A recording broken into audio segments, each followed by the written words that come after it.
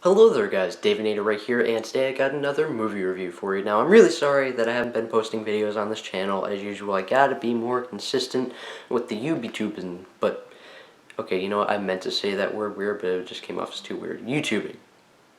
Gotta get more consistent with the YouTubing. Anyways, so, I just created a new nerd channel, this channel, it's about Minecraft and movie reviews and stuff like that, so it's already a little nerdy and stuff like that. Clearly, just look at me, watch any of the videos I've ever done, you can tell that I'm a dork to some extent or another, to a major extent or another, but, I want to talk about even more nerdy stuff than that, and I don't want to talk about it on this channel because I don't want to bore you guys, so I moved it over to another channel, and I'm still going to be uploading videos on this channel, but I'm going to mainly just be doing movie reviews on this channel there, whereas over there I'll be talking about more books and comic books, and also just expanded universe Star Wars stuff like Legends canon that no one really cares about anymore, and just all kinds of stuff like that. That's just, basic outline. Whole bunch of stuff. Going to be getting in comic debates, talking about who would win a fight, blah, blah, blah, stuff like that.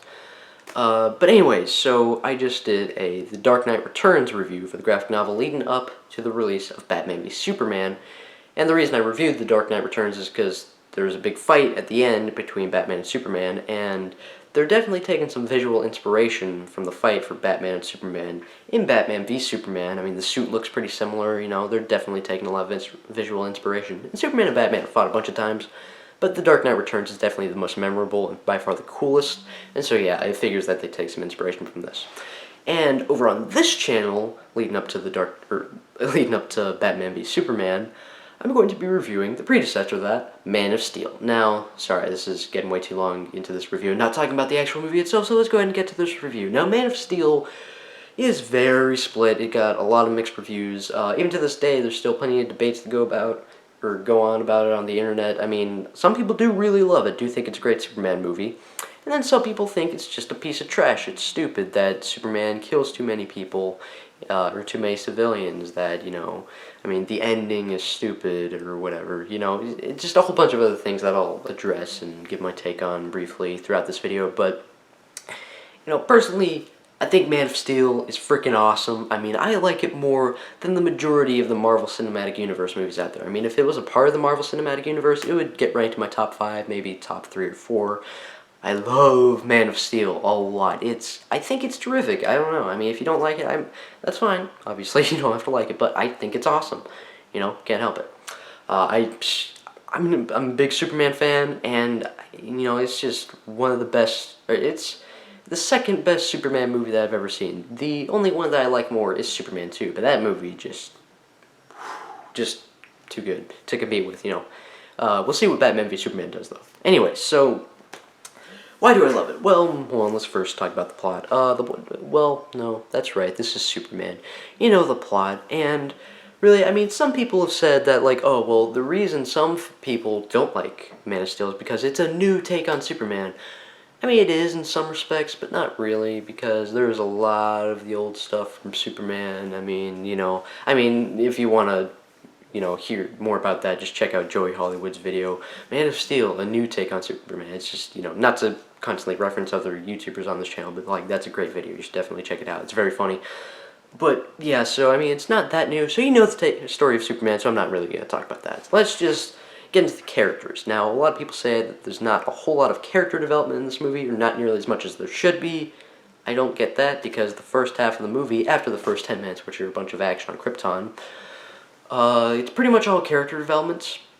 It's only the second half of the movie to where you do get a whole bunch of action, which a lot of people say that there's too much of, which I don't get. Because, the first half of the movie, there's a bunch of character development. In the second half, yeah, there's a pretty good amount of action, but, there's still an emotional core of the movie. You can really care about Superman as a character, partially because of Henry Cavill's brilliant performance. He nails the role of Superman.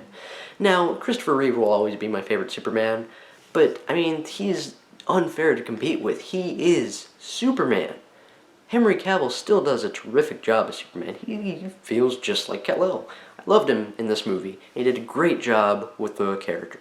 I really loved his character.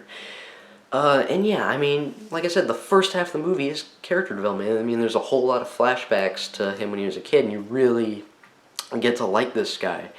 Not to mention the fact that you already liked him. And the thing is, I mean, if they were just overdoing it with the character development, I mean, it would feel like The Amazing Spider-Man. Personally, I love The Amazing Spider-Man, but a lot of people are like, okay, we already know the story of Spider-Man, and you're taking even longer in this movie to overdevelop the story that was already told well in the comics a bunch of times over, and in the movie. I mean, the 30 minutes is taken to get Spider-Man's backstory out of the way at the beginning of the Sam Raimi Spider-Man, whereas with Amazing Spider-Man, it's like an hour and 15 minutes, you know, it takes a whole lot longer, so it's redundant. So I feel like if Man of Steel had more character development, if it wasn't just the first hour of the movie that's going to Superman's backstory and doing flashbacks about him as a kid, then you would get the same Amazing Spider-Man complaints. And really, you do get a bunch of character development for him. And yeah, there's a lot of action in the second half of the movie, but I mean, you already like him as a character by that point, so they've earned all this crazy, awesome action. But before we talk about the crazy awesome action, let's talk about the other characters. I mean, Russell Crowe as Jor-El, I mean, he's perfect as the role. I mean, I love Marlon Brando as Jor-El, he's really cool, but just Russell Crowe, he's just so likable in this role, and he's just, you know, he doesn't get that much screen time. He definitely does get more screen time later on as a hologram, and he shows up more than Marlon Brando ever did, I think. And that might not be true, but still, he does a great job. He's just so likable. He feels like Superman's dad. Like, you see this guy, like, that is the dad of Superman. Whereas with Marlon Brando, I never really got that feeling. You know, I mean, it was still a good performance for sure, because it's Marlon Brando. I mean, duh. But still, you know, I mean, like, when I look at Jor-El in Man of Steel, I'm like, Superman's papa, right there. That's him. That guy's so cool. He's just so likable. He's great in the action in the first 10 minutes of the movie. Great fight with him between Zod. And that was really cool. And also, I just like the way he delivered his lines in this movie. Russell Crowe, he's a great actor, you know. Kevin Costner was also great as Jonathan Kent. I mean, I really loved his performance in this movie. He was, you know, I mean, I liked him just as much as I liked Russell Crowe. I mean, there are two greats. I mean, there's the, you know, actual blood dad father in this movie who was great, but I mean, the earthly father, Superman's earthly father, I liked him just as much. Kevin Costner was brilliant in this role. One of the best performances I've seen from him in years. I mean, he was just seriously fantastic in this movie. He's a great actor. I wish he would get a lot more work nowadays, but anyways, you know, he's still getting some work, though. You know, he's been in some cool stuff. But anyway, and 3 Days to Kill wasn't a great movie, but he was pretty good in it. But anyway, that's really off topic. Let's stop talking about that. Let's talk about Superman here. Lois Lane, I really loved Amy Adams' version of this character. I mean, she's not exactly the same as the Margaret Kidder version, but I mean, I would be disappointed if she was just doing a Margaret Kidder impersonation. That'd be weird. I just, you know, I really liked her performance in this movie. I mean, I just thought she was really likable as this character. I mean, Amy Adams has always been a really likable actress, and she's still likable in this movie. She's really good as Lois Lane. I hope that they develop her a little bit more in Batman v Superman, though. But in this movie, she did get developed enough to the point to where she's pretty darn likable. And the performance is good, too. All of the performances are good. All the side characters are great. You know, just even the little side characters that don't get a whole lot of screen time. I mean, Lawrence Fishburne, he's likable as ever because he's Lawrence Fishburne. That guy who played the douchebag in Dawn of the Dead, you know, he shows up in this movie. He's, I guess, like the Jimmy Olsen character, kind of, but he's like an old creepy guy, but I don't know, he's likable enough, good performance there, you know. I liked all the side characters in this movie. And yeah, let's talk about the villains now. I mean, Michael Shannon as General Zod. This is undeniably a good performance. I thought that he was good as General Zod. However, compared to like some other villains out there, and like there's some other comic book villains, and even like other performances by Michael Shannon, it definitely could have been cooler. You know, Michael Shannon doesn't completely own the role of General Zod like Heath Ledger owns the role of the Joker. Like, or even like Jack Nicholson or Mark Hamill owns the role of the Joker. You know, how Tom Hiddleston just owns the role of Loki. It's not on that caliber, but he's still good for sure.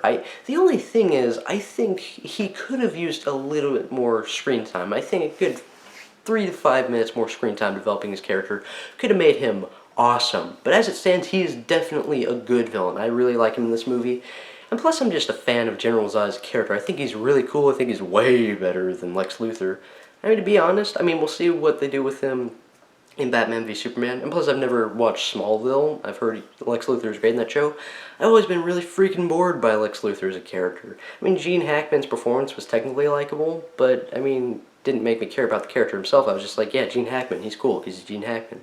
Kevin Spacey, pretty much the worst performance I've ever seen Kevin Spacey give. He's a freaking brilliantly amazing actor, and didn't really make the character good in that movie. I don't know, but maybe it's Bryan Singer's fault. Anyways, keep on getting off track here as usual. The point is, General Zod in this movie, I think he's cool. He's not nearly as good as Terrence Stamp as General Zod, but I love Terrence Stamp as General Zod. That's one of my favorite movie villains of all time in Superman 2.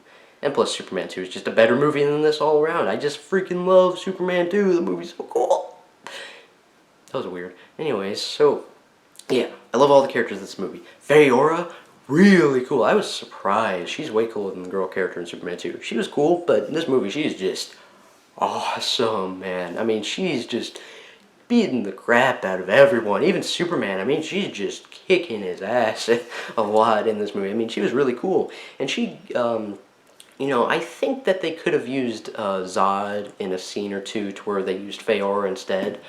But the thing is, I mean, then Feyora wouldn't be as cool. So, you know what, for what it is, I like the way the movie's done. Just, you know, General Zod, he could have used a little bit more screen time. He's the only character in this movie I felt was slightly underdeveloped, but not really that much to make me care that much, because Feyora was really cool.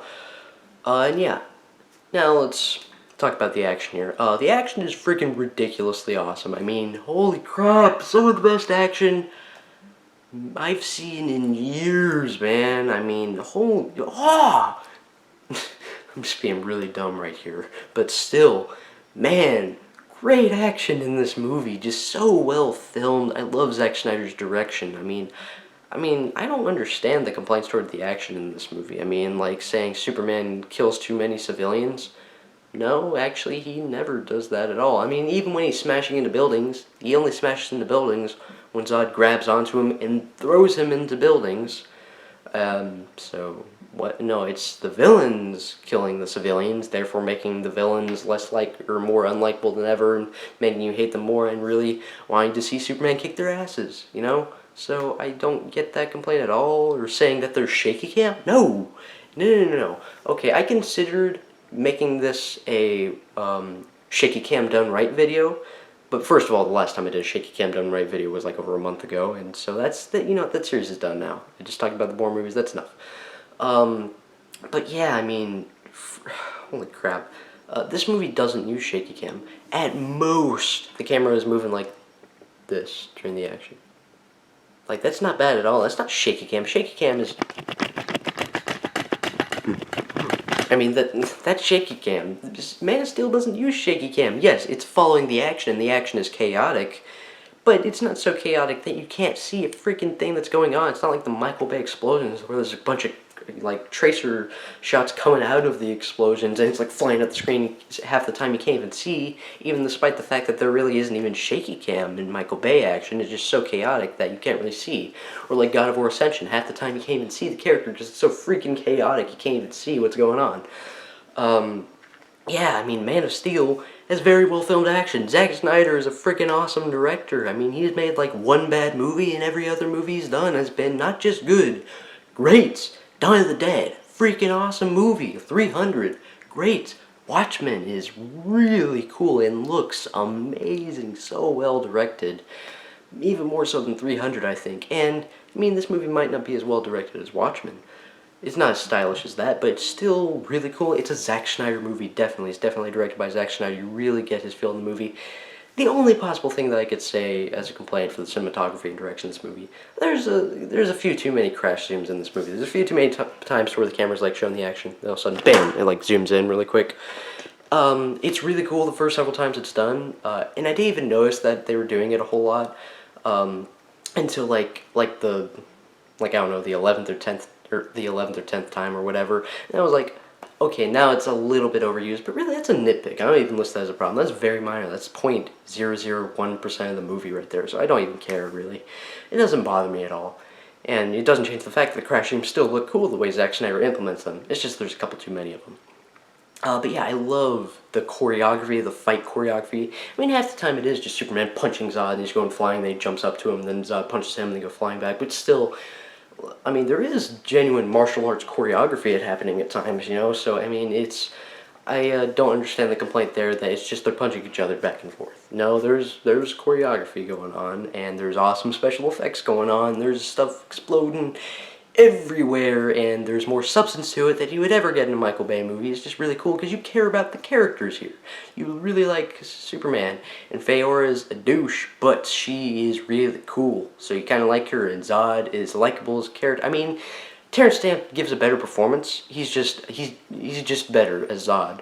However, I did relate a little bit more to General Zod in this movie. It makes you feel for him more in this movie. So I even kind of cared about him. In the end, when he's, you know, like, his race is just gone, I was like, yeah, I kind of feel for you, man. I'm sorry about that. But, you know, it just, and then they fight, and oh my gosh, the end fight of Man of Steel might be one of the best end fights I've ever seen in my entire life. I mean, that action was bananas. That was awesome, man. I mean, at least it's in like the top 3 best superhero fight scenes I've ever seen. But like, superhero movies have the potential to be some of the best action movies ever because of how crazy stuff can get in the comics. I mean, have you ever read like World War Hulk? Like, holy crap, if that ever gets put to screen, that could be the coolest thing ever. Because holy shoot, that just there's some stuff that happened. You should read World War Hulk. There's some good action in that. But yeah, I mean, just seriously, the action in this movie is all awesome. But the end fight between Superman and Zod, I mean,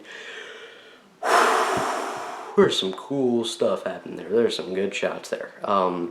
And when Superman breaks Zod's neck, my jaw dropped. For some reason, I just never thought of the possibility of General Zod dying in the movie. I don't know why. It just never, the thought never entered my head that that might happen. But then it happened. I was like, like, it really surprised me. And I love that scene. I thought it was really cool. Superman had to do it, you know? But yeah, I mean, the action is great in this movie, obviously, but I also love the pacing in this movie. It's 2.5 hours long, just about, but it feels more like 90 minutes. I mean, it really goes by quickly, but not too quickly. And yeah, there's plenty of character development, and, you know, I mean, the movie has great acting, great characters. I do really love the script. I mean, technically, there definitely are some plot holes in the movie that can't really be ignored. But because I don't really care that much, you know, it doesn't bother me to take the movie down several letter grades. But, you know, I mean, technically, yeah, they are there. So I will downgrade the movie a little bit because of that. And also, I could have used a little more character development for Zod, more screen time. That would have been cool to make me care about him even more. But all in all, Man of Steel, I think, is a terrific movie, the second best Superman movie we've ever had, and I'm going to give it an A. Can't quite get to that A+, but it's fantastic. Definitely watch it. I mean, just, it's so cool. I mean, like, I know people who, like, didn't like it first, but I was like, okay, please just rewatch it with me. Just give it a second chance, man. And they actually liked it the second time around a lot more. They're like, you know, never mind, this is actually pretty cool. So, I don't know, maybe a second watch will help some of the people who didn't like it, you know, but maybe not, you know, maybe that's just with them. But anyway, guys, I hope you enjoyed this video. If you liked it, please rate and comment and subscribe, and if you want to, you can also share. And yeah, if you are a major nerd, then maybe you could go over to my Nerd Talk channel, to where I'm talking about stuff like that. If I'm not mistaken, the name of the channel is Davinator. Get it? Like Davinator, mixed with nerd. Yeah, you get it. But anyway, you know, talking about some goofy stuff over there. But anyways, I hope you enjoyed this video, and, well, thank you for watching. Goodbye.